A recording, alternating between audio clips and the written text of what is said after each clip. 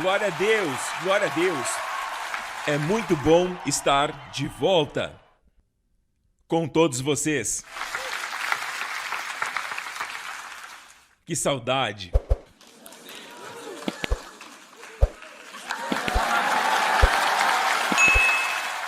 Ok, vou tentar de novo. Ah, que saudade de vocês. Ah, que saudade dessa vibração que vem de vocês. Fomos muito abençoados pela pastora Lynn e pelo pastor Lawrence nestas últimas semanas. E eu preciso dizer algo. Eu fico muito orgulhoso de ter alguém que pode ministrar a palavra rema para aquela semana. E a palavra é sem dúvida apropriada. Eu assisti mesmo enquanto estive de férias, e eu assisti não para procurar defeitos, eu assisti para me alimentar, assisti para ser edificado, para receber. E fui abençoado por ambas ministrações. Glória a Deus. Sabem, isso é maravilhoso porque, enquanto pastor, você não consegue desligar o seu chamado e aquilo que o Senhor tem entregue ao longo dos anos. E ao observar as pessoas durante as minhas férias, eu observo pessoas perdidas e procurando pelo amor do Senhor, porém nos lugares errados. Eu vejo o mundo hoje se glorificando em suas vergonhas. Eu vejo as pessoas procurando seguir o seu próprio caminho e eles acreditam que sejam progressistas, que são modernos e que estão fazendo algo novo, mas na verdade estão regredindo, estão voltando aos tempos antigos da Bíblia, dos tempos de Abraão, dos tempos de pessoas como Davi, lá do Velho Testamento, até mesmo o tempo dos juízes, quando a Bíblia diz que todos os homens agiam de acordo com a sua própria vontade. Percebem isso hoje? Veja, não é uma questão daquilo que você fala, ou daquilo que o governo fala, ou daquilo que o meu pastor local diz. Não, tem a ver com aquilo que eu digo, com aquilo que eu sinto. Eu venho para a igreja quando eu quero, e se eu não quero, eu não venho. Sabe, esta ideia na Bíblia, no Novo Testamento, quando fala sobre submissão, amar um ao outro e de nos reunirmos para contribuir com a obra, parece algo muito distante. Todos são independentes agora. Por que eu nasci? Para qual propósito o Senhor me criou? Enquanto estava no ventre da mãe, havia para mim um propósito. E todos nós temos isso. E se você viver apenas para si mesmo, você perderá sua vida. E o contraditório é isso, que viver a vida é viver uma vida repleta de paz, alegria e amor. Não inveje os famosos, porque você não sabe quão restrita é a vida deles. Pastor, mas eles viajam de primeira classe, estão sempre nos melhores hotéis. Eles não podem dar uma volta na praça. Eles não conseguem nem mesmo comer um hot dog. Mas vocês conseguem. Você pode andar pela rua e você não será reconhecido. Ah, pastor, mas eu queria ser reconhecido. Sim, na primeira vez. Na segunda, na terceira vez, mas depois da quarta, você não vai gostar tanto. Confia em mim. Já estive na presença de celebridades mundialmente famosas e vários pastores daqui também. E vimos o quão assustados eles ficam com essas fotos em público. Por conta de tudo aquilo que eles passaram, de todos os problemas legais e diversos problemas. E veja, você tem um propósito. Mas se você quiser ser grande, você vai querer que a sua vida seja como de alguém famoso que todos conhecem na mídia social. E vocês podem estar dizendo, mas pastor Prince, a sua mídia social é muito pequena, você não é reconhecido. Certo, mas na verdade, isso é algo que eu tenho certa autoridade para dizer. Isto é vazio. Ser conhecido por muita gente não é o que dá propósito à sua vida. Você não precisa ser alguém grande para ter uma grande vida. Na verdade, a grande beleza é nas coisas pequenas. Muitas pessoas admiram apenas as grandes montanhas, mas não reparam quão formosa é uma pequena flor no pé da montanha. A beleza de uma flor e toda a sua complexidade que está na árvore, mas veem a grande árvore. Não percebe a joia, a grande joia que está cravada entre as pedras e rochas da montanha. Mas todos veem a montanha. Há muita beleza nas coisas pequenas. Se você acha que a sua vida é insignificante, deixa eu te dizer algo, ela pode ser muito bonita. Se houver propósito, você vai acordar se sentindo pleno.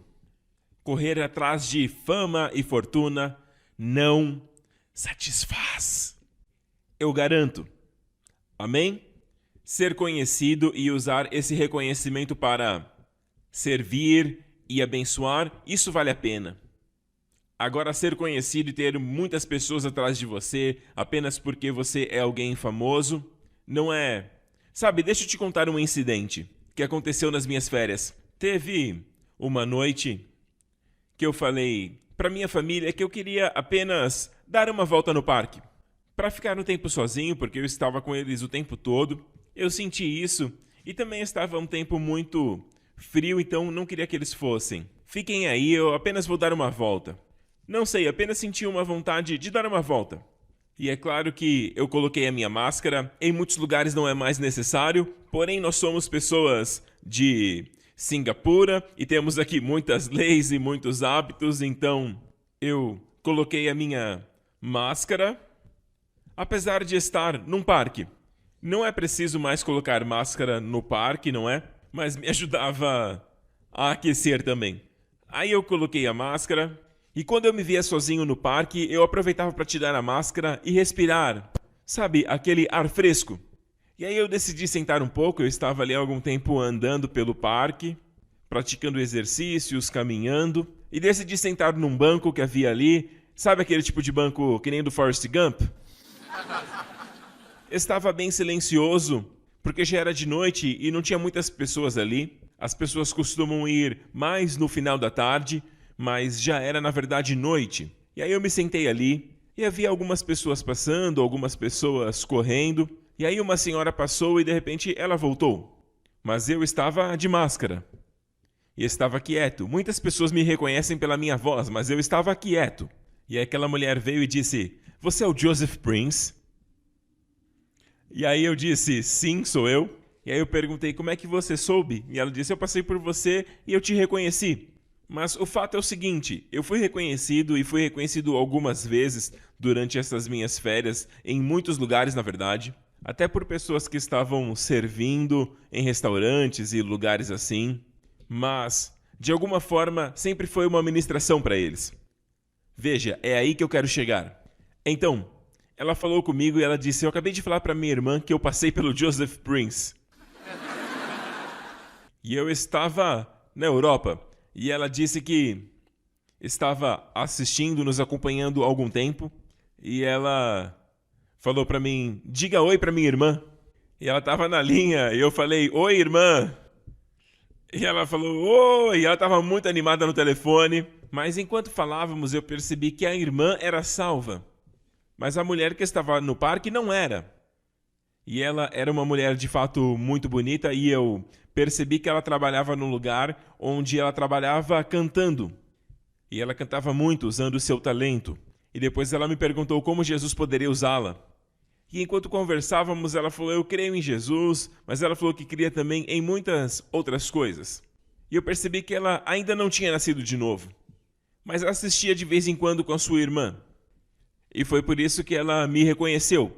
Porém, enquanto falávamos, eu direcionei para o Evangelho. E aí ela disse, "Você pode orar por mim, porque às vezes eu sinto uma escuridão. Sabe, eu sinto uma escuridão na minha mente. É uma grande pressão, é algo que eu consigo sentir. E eu acho que eu preciso aprender a meditar para poder mandar essas coisas embora." E eu disse, "Libertação existe somente no nome de Jesus. Jesus é o único caminho." E ela disse, "Sim, eu creio em Jesus." Mas eu disse, "Você crê em Jesus de uma forma mental? Você tem paz no seu coração? Apesar de dizer que você tem fé em Cristo?" Ela disse, "Mas eu também creio em muitas coisas." E aí ela falou, ficou óbvio que Jesus para ela não era o Filho de Deus. Não era o caminho, a verdade e a vida. E aí eu preguei o Evangelho a ela. E sabe o que aconteceu? Houve ali uma transformação. Como eu disse, ela era uma mulher atraente, uma cantora, mas de repente era possível ver em seu rosto que a escuridão tinha ido embora e ela estava diferente. E eu disse para ela, a partir de agora, creia somente em Jesus. Nenhum outro. Não há salvação em nenhum outro. Não há salvação em nenhum outro nome. Em Atos, a Bíblia diz que não há salvação em nenhum outro nome, a não ser em Jesus. E no momento que ela creu, eu falei apenas Jesus e ela disse sim. Sabe aquele momento de fechar o negócio e assinar um contrato com Cristo? Eu vi a diferença. E ela fez um pedido de oração, ela disse, será que Jesus pode abençoar a minha voz? E eu já vi Deus fazendo isso. Sabe, eu mesmo já ouvi isso. O pastor Mark cantando, há 10 anos atrás e hoje, ele ainda é desafinado, mas ele melhorou muito. Então, eu disse, é claro que o Senhor pode abençoar sua voz. E aí oramos pedindo para que o Senhor abençoasse em seu trabalho. Mas lembre-se de glorificar Jesus. Mas em todo aquele tempo, a irmã dela estava ouvindo. E ela estava muito animada, muito entusiasmada. E aí nos despedimos, e aí ela foi embora. E então eu também fui embora, porque já estava escuro ali naquele parque. E aí eu fiquei pensando, da onde veio a vontade de estar ali? Porque aquela foi a única noite que eu saí sozinho, sem a minha família. Porque eu estava ali para servi-los. Eu estava ali para servi-los. E os homens aqui com certeza sabem do que eu estou falando. Amém? Os homens que nasceram de novo e são cheios do Espírito, sabem o que é sacrificar pela família, amém? Sabem o que é sacrificar a alegria? Você sacrifica a comida que você quer comer pela comida que eles querem, amém? Ninguém respondeu. Então será que é a mulher que está sacrificando para o marido? Tem que ser de ambos os lados, eu sei. Mas como cabeça do lar, esse é o pai cristão. Este é o marido cristão. Amém? Eu fico muito feliz, mas da onde surgiu aquilo? Foi do Senhor. Então cada um de vocês tem um chamado. E isso é muito realizador. Quando Deus te chama e você atende o chamado, ouça isso. Você fica mais realizado do que aquele cara que tem todas as mulheres que quer. Ou de todo o dinheiro que ele tem. Você fica mais realizado e verdadeiramente realizado do que ele. Porque, ouça isso, ele não está realizado. É um engano. Porque acorda de manhã e não sabe nem o nome da pessoa com quem dormiu. E tudo aquilo que você pode sonhar, Salomão sonhou. Mas ele não apenas sonhou, ele realizou. Ele disse em Eclesiastes, tudo que meus olhos desejaram eu tomei. Toda a música que quis ouvir, contratei os cantores. Ele não ouviu uma gravação, ele contratava. Chamava os cantores para cantar para ele. Ele estudou sobre tudo, tudo o que ele queria. Ele estudou sobre agricultura, ele estudou sobre os metais, ele estudou sobre tudo. E ele tinha o dom da sabedoria, a ponto de saber sobre tudo. E ele chegou a dizer que tudo que seus olhos desejaram, ele obteve. E no final do livro de Eclesiastes, tal qual o início, ele começa assim, vazio dos vazios, vaidade das vaidades. Pense nisso, no final ele se sentia vazio. Então aqui Deus está dizendo, você não precisa desta vida. Eu vou te realizar. Jesus disse, eu vim para que tenham vida e a tenham abundantemente. Então se Deus te entrega alguma notoriedade, o objetivo é para que você sirva o propósito e não você mesmo. Jesus disse, se você perder a sua vida por amor dele, você a encontrará. Quando você tenta salvar a sua vida, você não sacrifica. Ouvimos aqui um chamado. Semana passada ou 2 semanas atrás, ouvimos um chamado para servir as crianças. Requer sacrifício. Vai sacrificar o seu tempo no domingo. Eu sei disso porque eu servia quando eu era adolescente e isso requer um certo sacrifício. Mas se você perde aquele tempo, você acha que está perdendo, mas Jesus disse que ao perder isso você está ganhando. E ganhar vida quer dizer, uau, que alegria! Isto é realização. Sabe, as pessoas vão à noite dormir, especialmente aos domingos. Ouça. Eu posso dizer isso porque essas pessoas que estão aqui na frente, muitos deles estão há muitos anos comigo. Antes de vir para a igreja, eu trabalhava tempo integral, num trabalho secular, e também pregava, antes de me tornar integral na igreja. E sabem, os meus maiores negócios aconteciam depois de pregar. Quantos lembram disso? E vários líderes daqui passaram por isso. Grandes negócios vieram enquanto serviam ao Senhor.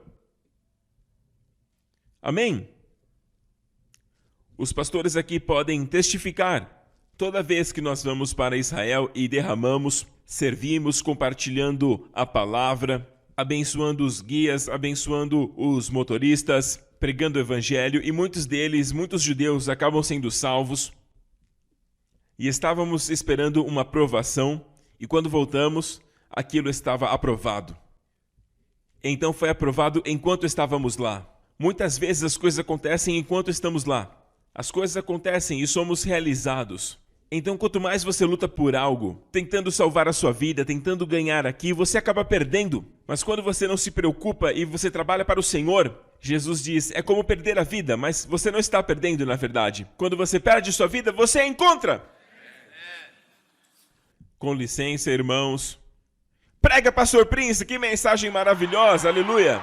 Obrigado, irmãos, aleluia. Amém? Jesus diz que aquele que quer ganhar a sua vida acaba perdendo. Porém, aquele que entrega a sua vida por causa do meu nome e do evangelho, a encontrará. Pense nisso. Talvez, quanto mais você tenta, mais depressivo você fica, mais tem necessidade de consumir e mais fica depressivo. Quanto mais conhecido você se torna, quanto mais as luzes estão em você, mais depressivo fica. Talvez não seja exatamente assim, mas você acha que isso vai te satisfazer? Não desperdice a sua vida, não deixe chegar no final da sua vida e pensar que deixou passar o chamado pelo qual nasceu.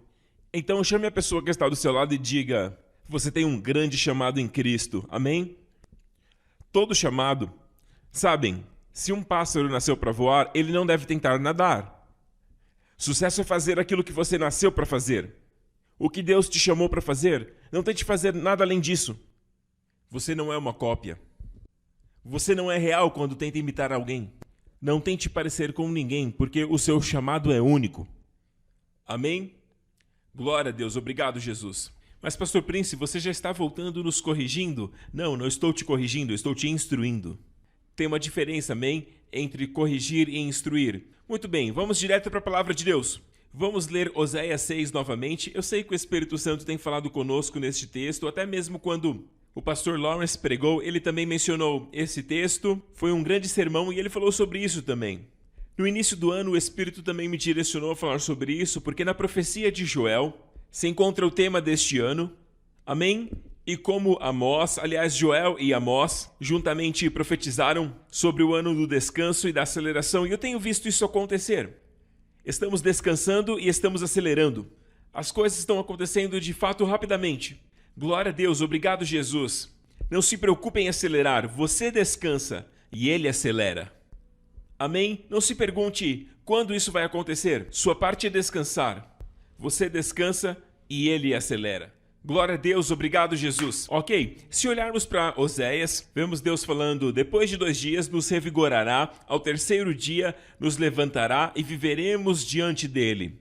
Conheçamos e prossigamos em conhecer ao Senhor, porque tão certo como nasce o sol, ou seja, é algo que está estabelecido, ele virá para nós como as chuvas de inverno e como as chuvas de primavera, chuva serôdia, que regam a terra. Glória a Deus. Amém. Então temos aqui o Senhor falando algo sobre a volta do nosso Senhor Jesus. E ele nos dá algumas dicas divinas nesses 2 versículos. Ele diz que após 2 dias ele nos reavivará. Em 2 Pedro, Pedro compartilha uma interpretação bíblica sobre quando falamos sobre dias. Inspirado pelo Espírito Santo, ele diz, amados, não esqueceis disso. Quando a Bíblia diz para não esquecer, é para não esquecer. E as coisas que Deus diz para não lembrarmos ou para esquecermos, nós lembramos. E o que é para lembrar, esquecemos. Leia a Bíblia diz para esquecermos as coisas que ficaram para trás, e são as coisas do passado que lembramos. Você não está no passado, você está no presente. Já passou, e alguns de nós estão vivendo no futuro. Você vive no futuro quando você se preocupa com o futuro, mais do que no agora, ok? Então vamos ler. Amados, não esqueceis que para o Senhor um dia é como 1000 anos, e 1000 anos é como um dia. Então quando você ora e Deus diz para você, só 1 minuto, pode fazer as contas. Eu tô brincando, amém? Então, para o Senhor, 1000 anos é como se fosse um dia, porque para ele não existe tempo. Mas veja que o número 1000 anos foi mencionado aí, e dias foram mencionados.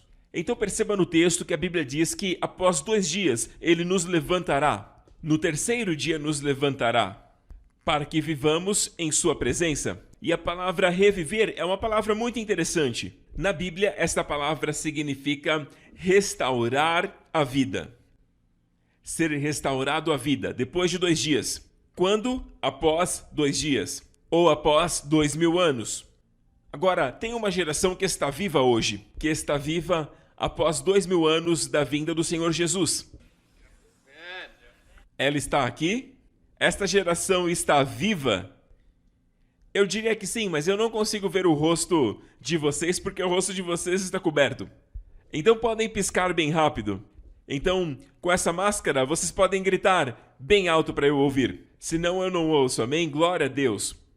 Não estamos nestes 2000 anos. Não estamos antes dos 2 dias. Estamos após 2 dias. 2000 anos após. Vale dizer que o nosso calendário gregoriano diz que é 2022. Porém, vale dizer que não segue exatamente o dia que Jesus nasceu e que morreu. Então, estes 2000 anos podem ser um pouco antes ou alguns anos depois também. Porque os estudiosos não estão certos quanto à data exata, mas é algo aproximado. Mas sabemos que estamos no amanhecer do terceiro dia, porque Jesus levantou no terceiro dia. Ele ressuscitou dos mortos depois de 2 dias. Isso é um padrão para nós. E ele ressuscitou. Veja que é uma pista divina. Ele ressuscitou cedo pela manhã. O que significa que não chegaremos no final. Porque, pastor, o terceiro dia pode ser o final do terceiro dia. Pode ser lá no final, chegando no ano 3000. Não. Ele ressuscitou cedo pela manhã.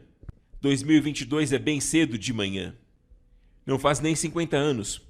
Ainda é cedo de manhã. Somos essa geração. Não estou falando sobre o arrebatamento, porque ele pode acontecer a qualquer momento, mas ele nos reavivará. Ou seja, ele nos dará vida. Uma grande restauração de vida e saúde. E isso é algo que o Evangelho nos alerta, porque o mundo em breve não terá resposta para o volume de pragas que teremos. Hoje mesmo já temos todos os tipos de pragas ao redor do mundo. Por exemplo, quando eu fui para a Europa, eu vi ali nas notícias, em Londres foi declarada emergência por conta do poliovírus nos esgotos.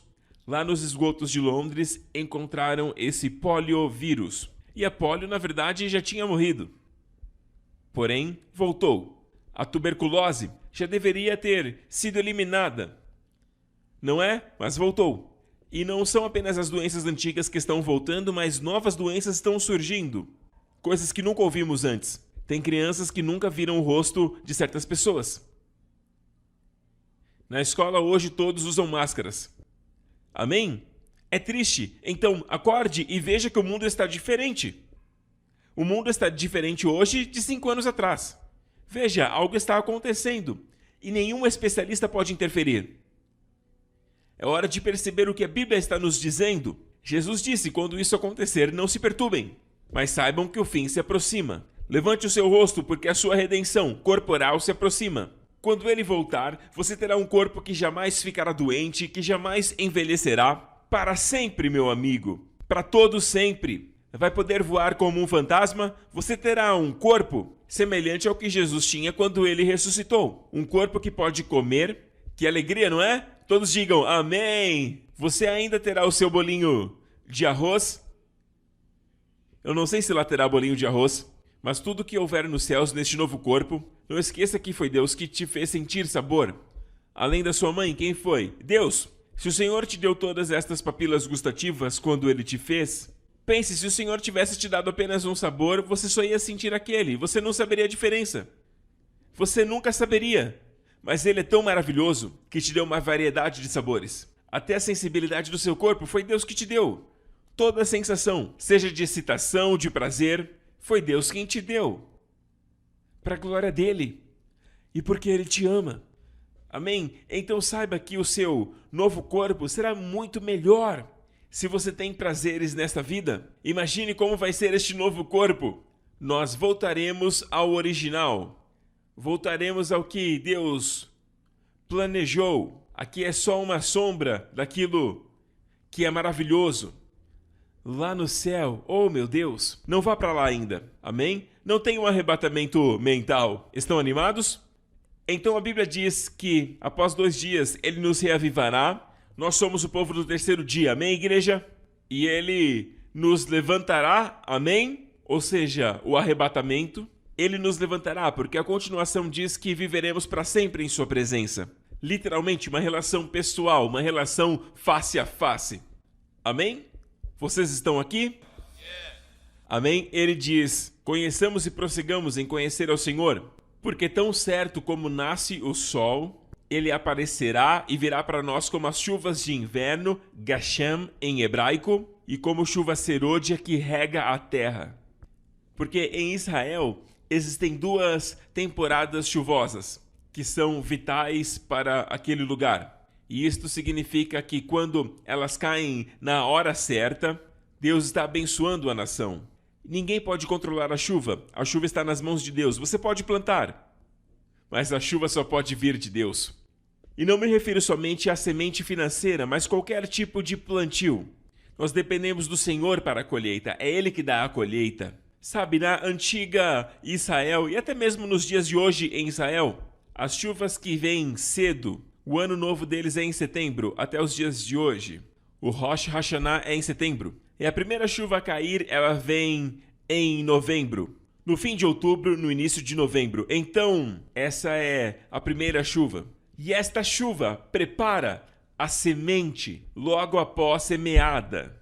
Ou seja, o fazendeiro acabou de semear a semente, mas ele depende da chuva para que aquela semente possa se abrir. E quando ela brota e ele vê um pedacinho verde, ele sabe que está bem, que ela está bem. E então vem a chuva serôdia, que chega no ano posterior, no mês de março. Ela vem na temporada chuvosa que existe no mês de março, e isto é para fortalecer a semente para a colheita, porque agora está pronta para a colheita. Então estas 2 chuvas na Bíblia são muito importantes. Uma é para semear e a outra fala do período da colheita. Sabe, a Bíblia diz no livro de Tiago que o agricultor aguarda com paciência o precioso fruto da terra. E o Senhor mandava esses 2 tipos de chuvas. E nós estamos vivendo literalmente o período dessa segunda chuva, da chuva serôdia. O tempo da colheita, onde todo o poder do Espírito está vindo do céu. E é por isso que a primeira chuva, e essa palavra chuva, yará, a primeira chuva, quando adicionamos algumas letras no substantivo, ela se torna a palavra moré. E moré significa professor. Porque quando um professor ensina, ele entrega vida, ele ministra palavras de vida, palavras de sabedoria sobre seus alunos. Amém? Palavras de força, beleza e poder. Amém? Agora, a chuva serôdia, a chuva que prepara a colheita, ela é sobre um tempo. Aliás, a palavra para essa chuva é a palavra makosh. É quando você vê que a colheita está pronta, mas você não vê a colheita durante o momento do plantio. Tenha paciência, a semente está lá. A chuva já veio, você sente o Espírito Santo. E sabe, existem momentos em nossas vidas que estamos na primeira chuva, talvez estejamos lá. Nós sentimos o poder de Deus numa reunião ou quando estamos a sós com Ele, mas não vemos resultados. Significa que você está no tempo de semear a semente, ela está germinando, a semente está lá. E o Senhor fará coisas grandes no tempo certo. E a última chuva, a chuva serôdia, que eu creio que é a chuva que estamos vivendo nos dias de hoje, veremos uma grande colheita ao redor do mundo em toda a terra, antes da volta de Jesus. Sabe, o Senhor falou comigo certa vez e disse que meus filhos representam estas chuvas, a primeira e a última. Sabe, isso não é algo estranho na Bíblia, porque Isaías fala sobre seus 2 filhos, Sher Yashu e Maher Shasbaz, e eles significam sinais e maravilhas. E foi o que o Senhor me mostrou, porque a Jéssica nasceu no início de novembro. Essa é a primeira chuva, é o momento da primeira chuva. E meu outro filho nasceu no mês de março, que é o tempo da chuva serôdia. Isso para mim são sinais que eu verei ambos, o cumprimento da primeira e da última chuva. Amém? E o que é para mim, como pastor dessa igreja, é extensivo para todos vocês. Amém? Glória a Deus! Amém.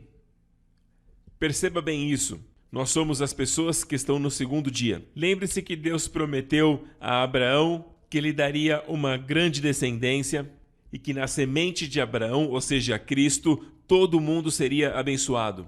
Está estabelecido. Amém? Isso é uma ordem. A nação de Israel seria a primeira a ouvir o evangelho. E Deus enviou o seu filho como um judeu, nascido na nação de Israel, em Belém, Judá. Porém, quando Jesus foi rejeitado por Israel, ele se tornou o pão da vida para o mundo gentil. É a história de José, rejeitado pelos seus irmãos, porém muito, muito amado pelo seu pai, mas rejeitado pelos seus próprios irmãos. Então, aí vemos Jesus, rejeitado pelos seus irmãos, amado pelos seus pais, e se tornou o pão da vida. José foi o pão para o mundo. Pense nisso. Essa não é a história da Bíblia? Foram os gentios, não os judeus, que receberam Jesus, estão sendo abençoados por 2000 anos. Todo o romper na arte, na ciência ou medicina tem a ver com o fato de Jesus ter sido recebido. E a geração atual desfruta disso. Mas Deus não esqueceu de Israel. Assim como José, apesar de servir aos gentios, ele lembrava dos seus irmãos. E posteriormente ele se revelou aos seus irmãos e eles o receberam. Agora veja isso. O que acontecerá após o arrebatamento? Qual festa teremos? As bodas do Cordeiro. Amém? Casório. Amém? Uma festa de casamento. E veja isso em João 2. No terceiro dia houve uma festa de casamento em Caná. No terceiro dia, diga comigo, terceiro dia. Novamente, terceiro dia. Quando? No terceiro dia. Não existem detalhes insignificantes na Bíblia. Tudo ali tem uma relevância. Quando a Bíblia diz terceiro dia, é porque tem algum significado aí. Um casamento. E Jesus e os seus discípulos foram convidados para o casamento. Jesus e os seus discípulos estão convidados para o casamento. O pai está preparando uma festa para o seu filho e para a noiva. Quando acontecerá? No terceiro dia. Nós somos os únicos que podem dizer que somos os crentes, os cristãos do terceiro dia. Muitos viveram antes de 2000, como Martinho Lutero, por exemplo, e não podem dizer que são os cristãos do terceiro dia. Nós somos. Estão aqui? A geração do terceiro dia. E o que vai acontecer? Um grande casamento. Ele voltará e haverá um casamento. Após o arrebatamento virá este casamento. Amém? Ele entregará recompensas e então haverá um casamento, chamado de Bema, o tribunal de Cristo. Agora, vamos para o segundo texto que está no capítulo 4. Lembram da história de Jesus e a mulher samaritana? Eu sei que se lembram da história do pastor que estava caminhando no parque e a mulher. Agora, lembram de Jesus e a mulher samaritana? Amém? Estamos falando de Jesus, amém? Então, ele falou com ela e se você analisar o que Jesus falou, ele falou 7 palavras. Em suas palavras e suas respostas. Exatamente 7. E Jesus falou que ela tinha 5 homens em sua vida. Ele disse, você teve 5 maridos. E ainda não estava satisfeita. Lá no fundo ela queria alguém. Ela procurava o amor no lugar errado. E não é só isso. Jesus disse, esse que você está vivendo agora não é seu marido. Então ela tinha 5 divórcios e agora estava em adultério. Então, o homem que ela estava agora era, na verdade, o 6º. Mas ela encontrou o 7º. Ela encontrou o 7º. E 7 na Bíblia significa perfeição. Vamos lá, aleluia! Ela encontrou o 7º e agora ela não tem mais sede, aleluia! Em 7 declarações, Jesus declarou quem ele era. E foi para ela que ele revelou que era o Messias. Mas quando o Messias vier, Jesus disse, esse que fala contigo é o Messias. E ela ficou tão animada que no mesmo instante se tornou uma evangelista. Ela foi para sua cidade, que não era de judeus, era de gentios, e falou para eles sobre Jesus. E veja só o que aconteceu. E eles vieram até Jesus e o convidaram para ficar ali. E quanto tempo ele ficou? Assim, quando se aproximaram dele, os samaritanos insistiram em que ficasse com eles. E ele ficou lá por 2 dias com os gentios. Ou seja, por 2000 anos, Jesus está com os gentios. Irmãos, falando profeticamente, estou mostrando em qual momento da história estamos. E mais à frente, eu vou falar de maneira mais prática sobre as suas necessidades nos dias de hoje e qual é a postura e o mandamento de Deus para nossos dias. Eu sei que o custo de vida tem aumentado em poucas semanas. Eu sei, e o seu pai sabe. O seu pai sabe o que você precisa antes que você fale. O seu pai sabe. Não preciso dizer todo o versículo, vou dizer apenas isso. Seu pai sabe. Ele sabe que você tem necessidades pessoais. Mesmo antes. Ainda não orei, pastor. Antes de você falar. Haverá um tempo, nos últimos dias, que antes deles me pedirem, eu responderei. Isaías profetizou sobre os últimos dias que as orações... Quantos aqui? Eu creio que muitos têm experimentado isso. Você pensa sobre algo, você planeja orar, mas você ainda não orou porque ainda não teve tempo, mas isso acontece. Isso é resposta de Deus. É isso que Deus está fazendo no ano da aceleração. Quando você se dá conta, já aconteceu. E você se pergunta, nossa, como isso aconteceu? Eu nem mesmo pedi para o Senhor, como? Existe esse versículo, antes de me pedirem, eu responderei. E enquanto ainda falarem, farei. É uma profecia bíblica. Então, irmãos, está acontecendo na nossa geração, na geração do terceiro dia. Então, Jesus tem estado com os gentios por 2000 anos. Nestes 2000 anos da história, com eles 2 dias. E por causa da sua palavra, muitos outros creram. Isso está acontecendo? Sim. Mais gentios estão crendo em Jesus do que judeus, mas ele não abandonou os judeus. E disseram à mulher, agora cremos não somente por causa do que você disse, pois nós mesmos ouvimos e sabemos que este é realmente o Salvador do mundo. E depois daqueles 2 dias, diga, depois daqueles 2 dias, nós somos a geração depois dos 2 dias. Amém? E ele partiu dali e foi para a Galileia. Ele deixou os gentios para voltar para o seu povo. Como eu sei disso? Galileia é um lugar muito grande, mas aqui é específico. Para onde ele foi? Veja. Mais uma vez, Jesus estava em Caná da Galileia, onde transformou água em vinho. E aqui novamente temos uma dica divina que haverá sim uma grande festa de casamento. Depois de 2000 anos com os gentios, ele vai voltar para os judeus, os galileus, o povo judeu, e então haverá festa. Lembram-se da história de Lázaro, o qual Jesus ressuscitou? Quando os mensageiros chegaram a Jesus, ele estava em Bet-Bará, além do Jordão. Bet-Bará é o lugar depois do Jordão. Bet-Bará significa do outro lado. Na verdade, era o lado gentil. E ele estava ali. Mas a notícia chegou a ele que Lázaro estava doente e morrendo. E Maria e Marta, as irmãs de Lázaro, eram todos judeus. Mas veja o que a Bíblia diz primeiro, em João 11. E Jesus amava Marta, sua irmã e Lázaro. Veja, quando Jesus foi rejeitado pelos judeus, ele nunca parou de amá-los. Algo sobre Deus é que se você não desejar que Ele te abençoe, Ele não vai te abençoar. Amém?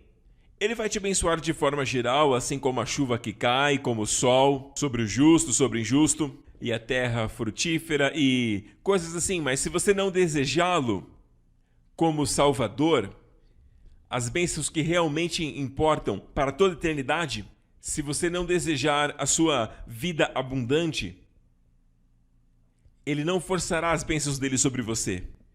Lembre-se disso. Deus respeita as suas escolhas e o seu livre-arbítrio. Se não fosse assim, o mundo não estaria como está. Todos seriam obedientes. O mundo seria uma utopia. É isso que Deus quer? Não. Mas com o livre-arbítrio existe um risco. Então, isso é importante. Jamais culpe a Deus. Culpe as escolhas do homem. Então, prosseguindo, vamos lá. Aliás, não escolha a coisa errada e ouse dizer, eu esperava resultados diferentes. Sabe o que é insanidade? É fazer as mesmas coisas e esperar um resultado diferente. E quem disse isso foi Einstein. Insanidade é fazer as mesmas coisas e esperar resultados diferentes.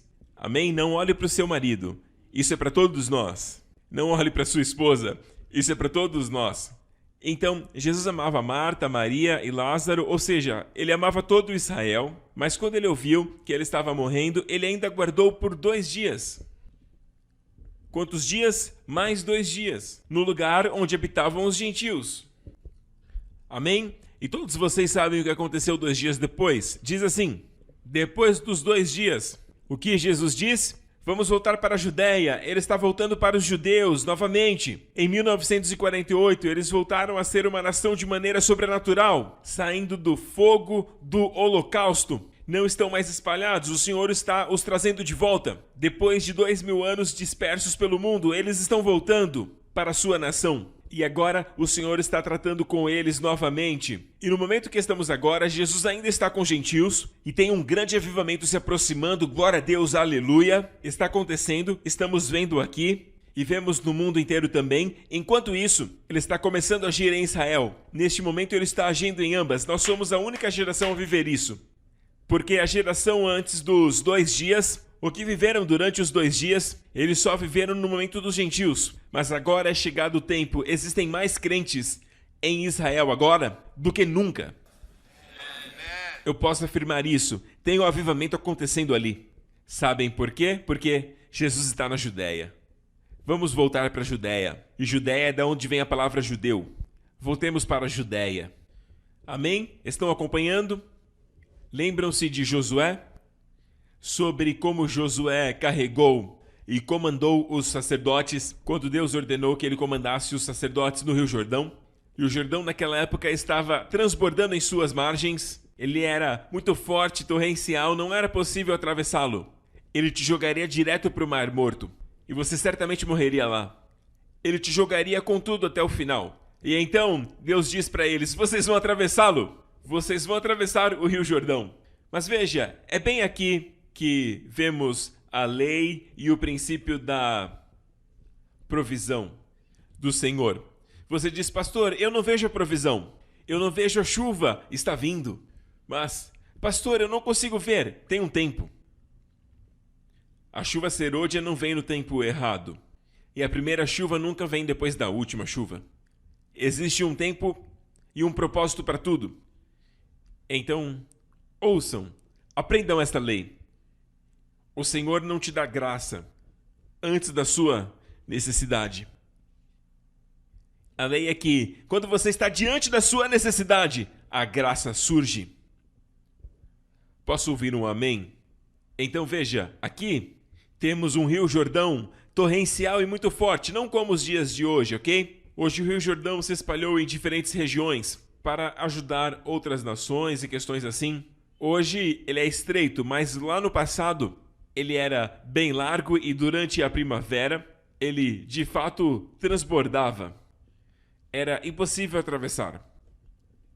Mas veja, quando estavam no acampamento, nada aconteceu. As águas ainda transbordavam. Quando eles se aproximaram, ainda estava transbordando.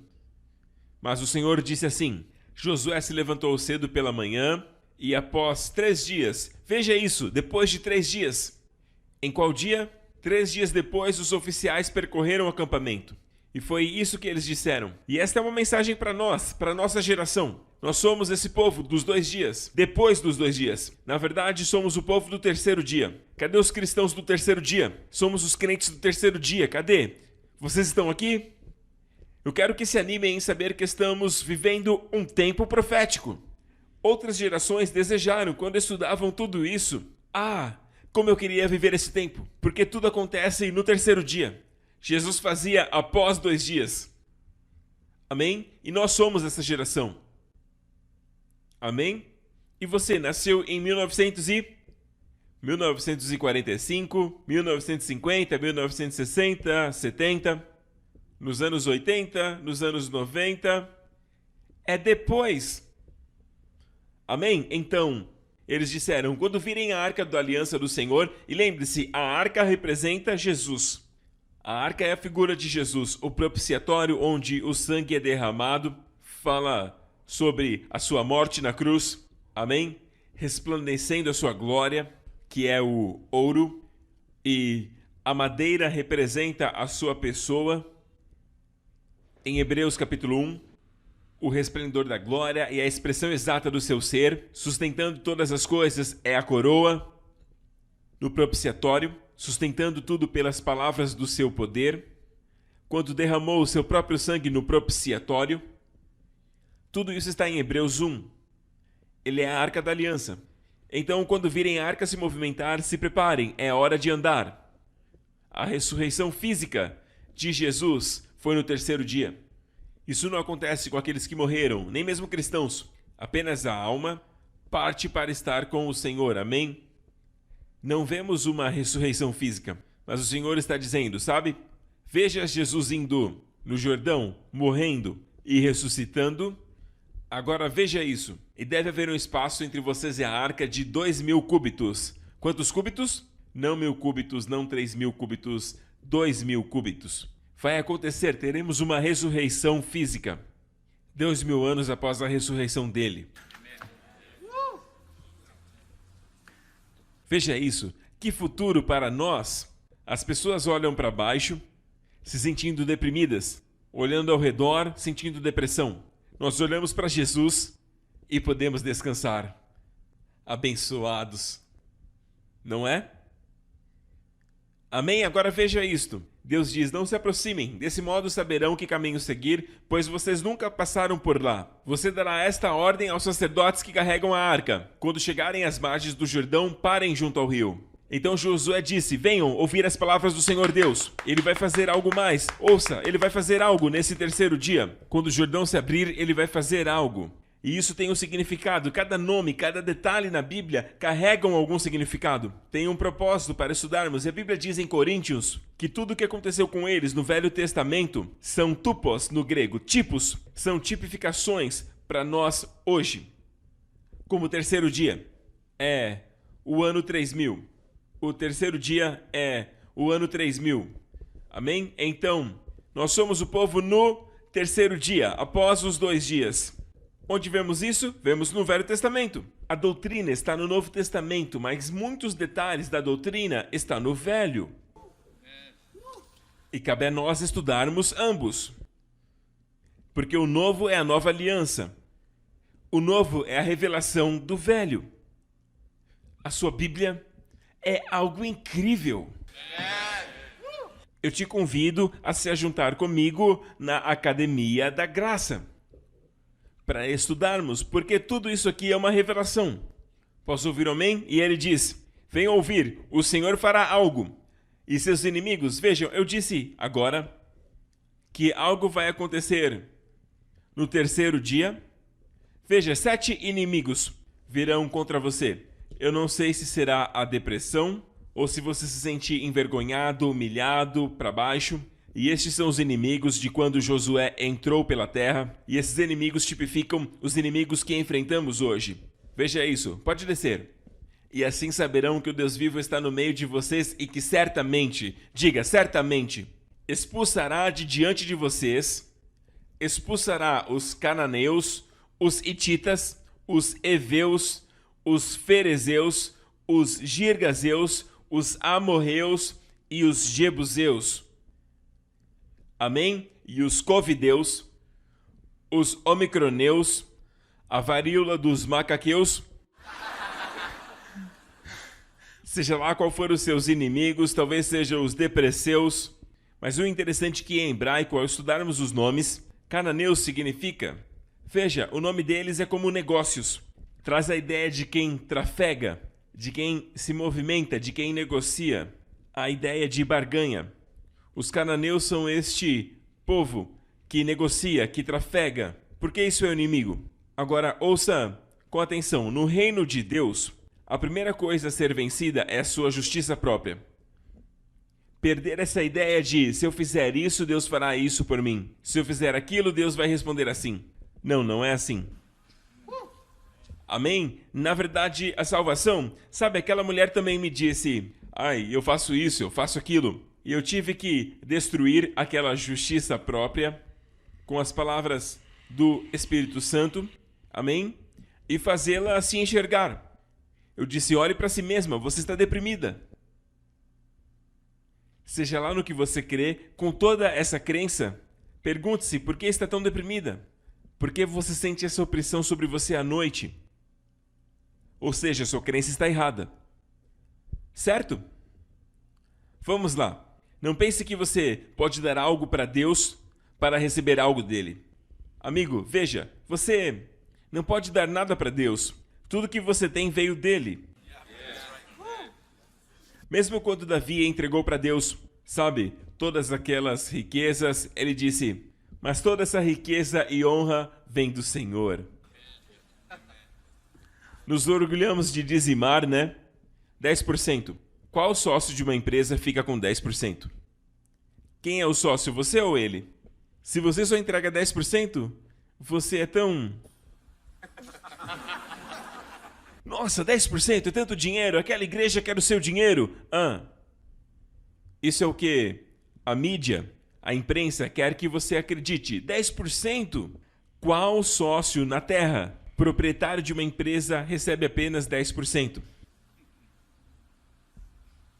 Todo o meu dinheiro pertence ao Senhor.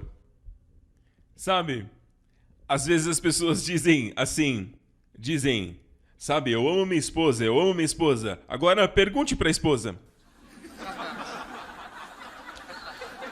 Mulheres, é isso que vocês querem? Alguém dizendo eu te amo? Vocês preferem ouvir ou verem ações práticas?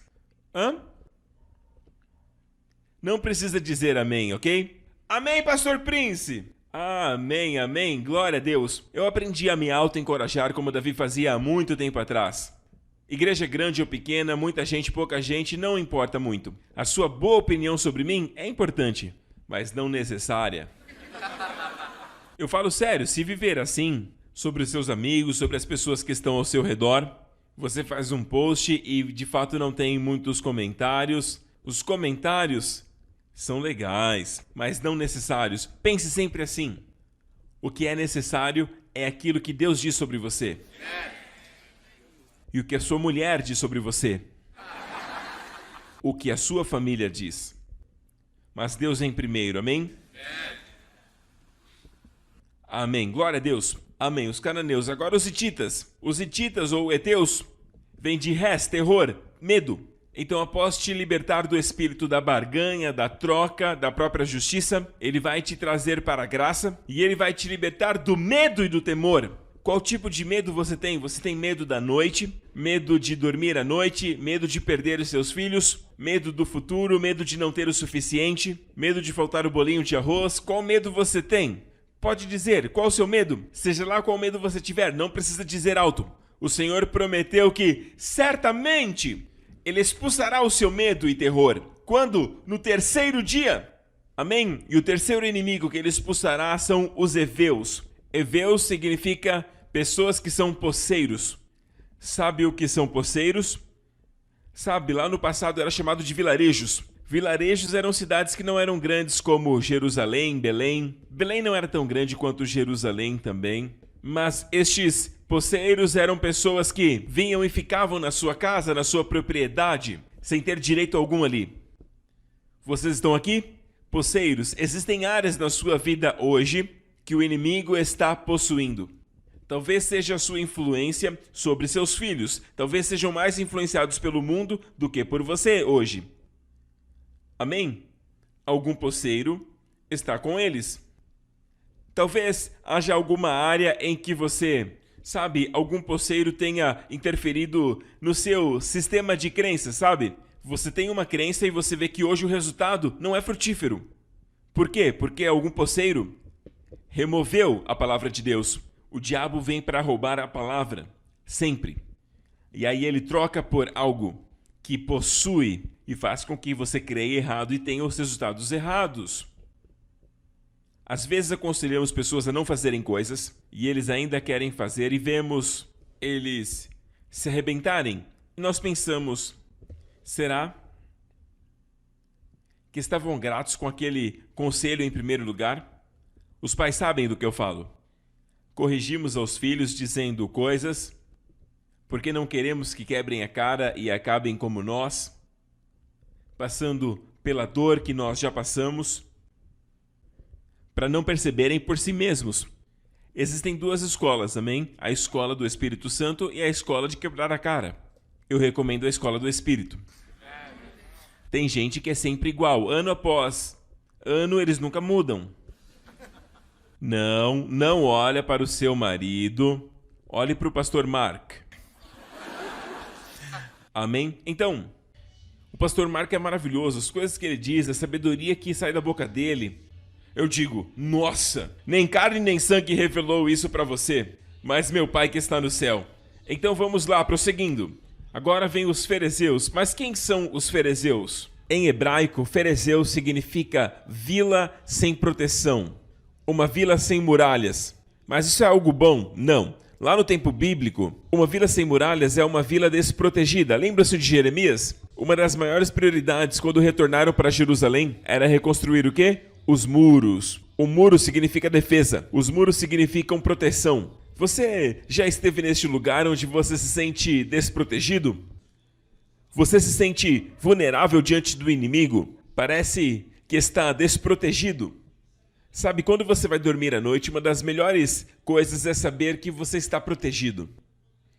Ensine isso aos teus filhos. Fiquem tranquilos, Jesus está te protegendo enquanto você dorme. Ele guarda você em seus braços. A Bíblia diz isso. Ele alimentará o seu rebanho, porque ele é o bom pastor. Ele abraça as ovelhinhas em seus braços. Essa é uma canção baseada em Isaías. Ele alimenta o seu rebanho, mas as pequenas ovelhinhas ele abraça em seus braços, em seu peito, e os carrega em seu peito, e guiará gentilmente aquele que cuida do pequeno. As mães grávidas serão guiadas. Então o pastor, e esse versículo está em Isaías, ele alimenta o rebanho e ele carrega as ovelhas em seu colo, e guia as mamães com filhos pequenos. Isto fala de pastoreamento, do ministério pastoral, onde tudo isso é necessário. Então, diga a eles que eles são guardados, porque muitas vezes, não apenas as crianças, mas nós, a essência da depressão é uma sensação de desamparo e vulnerabilidade. Sabe? E você fica, estou sozinho, estou desprotegido. Eu me sinto tão desamparado, tão vulnerável. Amigo, ouça. Nos braços dele você não está vulnerável. Então ele expulsará essa falta de proteção da sua vida. Ouça, essa vulnerabilidade também é um inimigo. O inimigo vem e quer te dar a sensação que você está totalmente sozinho. Ninguém para te defender. Ninguém se importa. All by yourself. Don't wanna be. Conhecem esse hino? Ok, então, o quinto são os girgazeus. Quem são, então, os girgazeus? Primeiro vamos aprender a pronunciar. É difícil, vamos lá. Girgazeus. Girgazeus literalmente significa ficar ou habitar no barro. Literalmente, habitantes do barro. Aquele que habita no barro. O barro é o seu corpo. O seu corpo veio do barro. Se você esfregar, você vai ver. E se queimar, vai voltar para o pó. Amém? Amém? Por que você está rindo tão alto, pastor Lawrence? Quando ele esfrega, sai diamante da pele dele. Amém? Somos de barro. Então veja que isto significa pessoas na carne. Ele vai te libertar de viver na carne. Essa é a fonte de muitos problemas. Ouça bem, quando nascemos de novo, não vivemos mais na carne, mas sim no Espírito. E desta forma o Espírito de Deus habita em você. Mas precisamos aprender como andar no Espírito. Amém? É por isso que muitas vezes, igreja, procuramos ensinar como andar no Espírito. O que eu estou compartilhando aqui faz parte de como andar no Espírito. Posso ouvir um amém? Vamos lá. Chegamos nos amorreus. Vem do hebraico amar. Vaiomer nosher, que significa amar. Moshe said, Vaiomer Moshe, de onde vem Moisés. Resumidamente, amar é a palavra dizer, mas ela também traz a ideia de caluniar. Ele vai te libertar da calúnia. E essa palavra amar não fala apenas de algo privado, mas também de algo público. Ele vai te livrar da calúnia pública. Deixa eu falar algo sobre as mídias sociais. Os cristãos não estão bem representados. Sabe, eu sei que muitos deles São falsos mesmos, eu sei, mas o foco da calúnia carrega o propósito do anticristo. Na maioria das vezes. Então, ouça com atenção. Não creia em tudo que você lê aí nas mídias. Creia na palavra de Deus, inspirada pelo fôlego divino, preservada por gerações. Os céus e terras podem passar, mas a palavra jamais. Mas a palavra dos homens passam. Não creia em tudo que lê. Eu sei que muitas vezes existe uma tendência, os algoritmos sabem aquilo que você gosta e eles te mostram mais daquilo que você gosta, vídeos, fotos, ok? Esse tipo de coisa. Em qualquer mídia social, eles avaliam a sua propensão de ver algo, mas já aconteceu comigo de aparecerem conteúdos que eu nunca pesquisei, coisas que eu não creio, mas que simplesmente apareceram. Coisas que eu não tenho interesse e que eu não desejo ver. Aparecem por aí. E tudo que você ler, lembre-se disso, tem uma outra versão da história que não te contaram. Os fatos não estão aí. Da carne mortal cujo respirar em suas narinas depende totalmente de Deus para sua existência. E eles nem sabem. Isso não vem de homens. Isso vem do Todo-Poderoso, que não mente. Ok? Então ele vai te proteger da calúnia pública e dos jebuseus. Jebus traz a ideia de opressão, de alguém oprimido, alguém que está por baixo. Deus vai te libertar disso. Deste lugar de humilhação, deste lugar onde as pessoas passam por cima de você, onde você se sente sempre humilhado. Ele vai te libertar disso. Em outras palavras, a promoção está vindo para te libertar. Ao invés de ser humilhado, oprimido, está vindo a promoção. O Senhor vai te levantar com amor, alegria e paz. Não pense apenas em posições. Pense em ser promovido com amor, alegria e paz. E com pensamentos que são elevados, que são de paz. Agora veja isso. O que vai acontecer, veja o que Josué diz, através do Espírito Santo. Porque veja o que o versículo anterior, o que o Espírito disse. No verso 9, Josué disse, venham ouvir as palavras do Senhor. Ou seja, não são palavras de Josué, são as palavras de Deus. Certamente no terceiro dia, estes inimigos serão derrotados. Vai acontecer aquilo que vemos hoje, aquilo que estamos vendo. Um por um está caindo, um por um. Mas veja que a calúnia é por último. Está acontecendo. Deus está limpando. Coisas estão acontecendo. Veja, uma promessa que está na Bíblia é essa. Em Deuteronômio 28. As pessoas verão que você é chamado pelo nome do Senhor e te temerão. Haverá um tempo que caluniar um crente causará problemas. E não por você. O crente sempre abençoa, sempre faz o bem para o caluniador. Mas de algum jeito, de alguma forma, algo acontecerá, que as pessoas temerão caluniar um crente.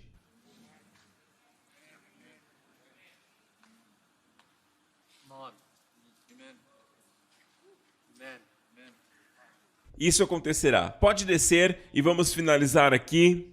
Vamos lá, verso 11, verso 12. Pode continuar. A arca da aliança caminhará à frente de vocês. Escolha 12 israelitas. Então veja que Jesus é a arca caminhando à frente. Sempre coloque Jesus à sua frente, mas tenha cuidado. Entenda isso.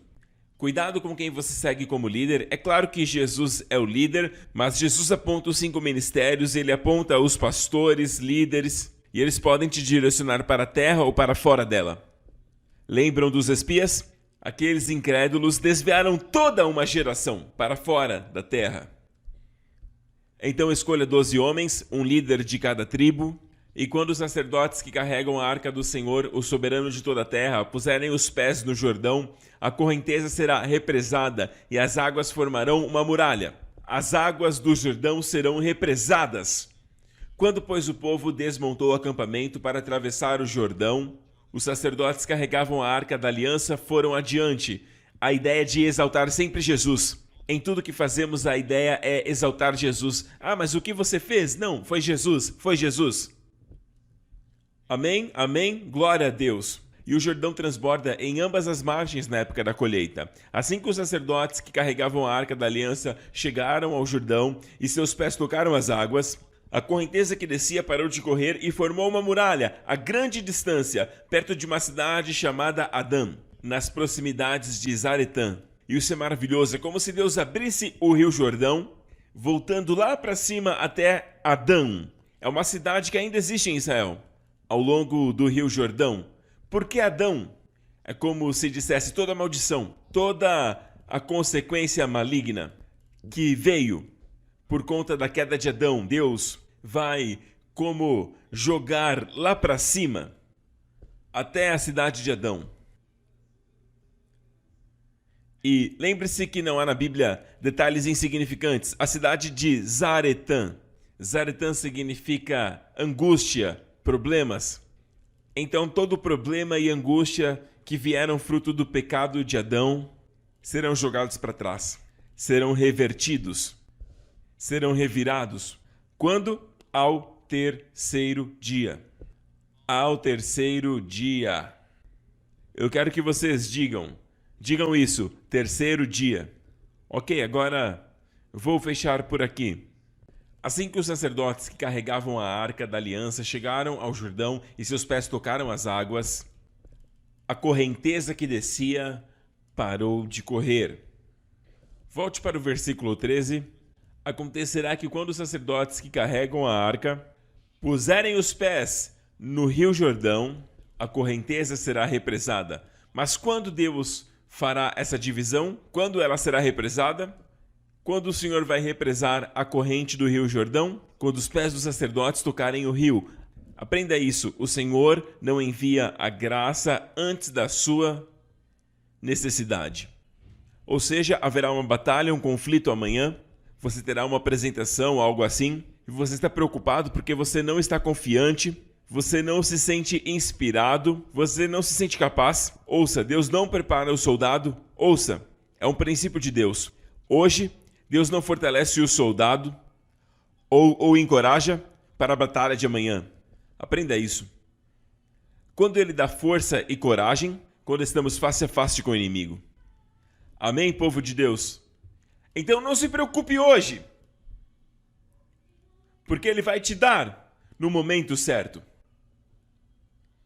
Amanhã. Jesus disse, não se preocupem com o amanhã. A graça é para hoje. O sacerdote, quando viu o rio Jordão transbordando, não havia como ultrapassar. Mas o que o Senhor disse? Atravessem o rio Jordão. Por favor, imagine isso. Se coloque no lugar deles. Nos seus pés. Imagine caminhar cada vez mais perto na direção de um rio torrencial em época de cheia transbordando. Já viu uma tsunami? Ele estava daquela forma, uma correnteza muito rápida, muito forte. E imagine andar na direção disso, mas Deus não abriu. Na verdade, na noite anterior, quando ouviram isso, eles imaginaram, por exemplo, como nós vamos atravessar? Nós não somos bons nadadores. Ei, Natan, você sabe nadar? Ei! Eles não estavam encorajados. Deus não te dá a graça hoje para a necessidade de amanhã. E mesmo no momento que estavam marchando, o Senhor não havia aberto o rio. Não havia aberto. Deus não abre um caminho, não abre as portas, quando não estamos face a face com elas. Somente quando você está face a face com o problema e você põe o pé na água antes da água se abrir. Assim que a sola dos pés deles tocarem o rio. Deus não vai prover para você, ouça, isso é uma lei. Deus não vai trazer a provisão para você até que você esteja no meio da necessidade. Caminhe pela fé. A provisão virá. Isto requer fé. Isto requer fé. Estão aqui, igreja? É necessário fé.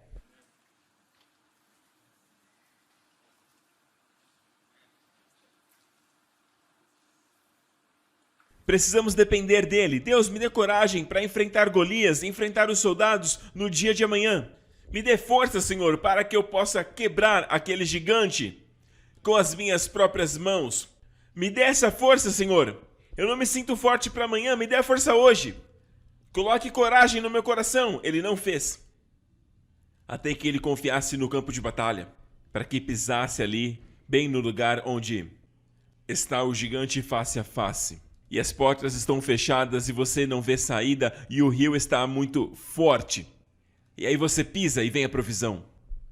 Aquela mulher viúva que perderia os seus próprios filhos porque os credores os levariam e se tornariam escravos. Lembram o que Elias disse? Pegue muitas vasilhas, vazias, vazias. Amém? Não era difícil ali. E ela trouxe. Pediu emprestado vasilhas. E ela tinha apenas uma pequena vasilha de azeite. E ela começou a derramar aquela pequena vasilha em outras vasilhas de azeite. E ali o milagre aconteceu. Não foi antes. O milagre não aconteceu enquanto eles pediram vasilhas. Não multiplicou enquanto estavam na casa. Não multiplicou olhando para a vasilha. Não multiplicou até que derramasse. Você se derrama, se sacrifica para servir ao Senhor em algo na igreja, onde está precisando. Amém? Você se coloca e nesse momento Deus derrama a unção. Nada pior que óleo parado. Não dá para segurar. Não. Não dá para segurar. Amém? Azeite parado não é bom. Vocês sabem, quem aqui gosta de comer peixe frito em óleo fresco? Já viram aquelas pessoas que fritam pastel sempre no mesmo óleo, naquele óleo velho? Tudo que fritam no dia é naquele mesmo óleo. Sabia que isso é tóxico? Tem que renovar o óleo. Uma pessoa me disse que tem pessoas que vendem o óleo usado para outras pessoas usarem. E ele disse, eu não, eu sempre uso óleo fresco. Eu falei, nossa, que nem a Bíblia, seremos ungidos com óleo fresco. Amém? Mas como obter óleo fresco? Derramando óleo sempre se renova. A água que se move está sempre fresca. A água que se movimenta está sempre viva. Amém? Estão aqui? Então, você não verá a provisão até que você encare a necessidade face a face. Então vá pela fé. Amém? E a provisão virá. Glória a Deus. Amém? Aleluia. Obrigado, Jesus. Fiquem de pé. Glória a Deus. Amém. Aqueles que ainda não foram salvos, ainda não colocaram a sua confiança em Jesus, agora é uma grande oportunidade. Faça essa oração comigo agora. Diga, Pai Celestial, diga. Coloco minha confiança no Senhor Jesus Cristo e somente nele para minha salvação. Eu creio que ele morreu pelos meus pecados e ressuscitou dos mortos para minha justificação. Sou agora justificado em Cristo. Eu era um pecador, hoje sou uma nova criação. E Pai, me encha com seu Espírito Santo. Jesus Cristo é o meu Senhor, hoje e sempre, em nome de Jesus. E todos dizem, amém. Glória a Deus, glória a Deus. Deus abençoe você. Saiba que nesta semana o Senhor vai à sua frente e endireita todos os caminhos e te abençoará com o seu favor. Mas lembre-se que somente quando estiver lá, frente a frente com a pessoa, frente a frente com a situação, o favor virá. Glória a Deus, Deus abençoe vocês. Vão na paz.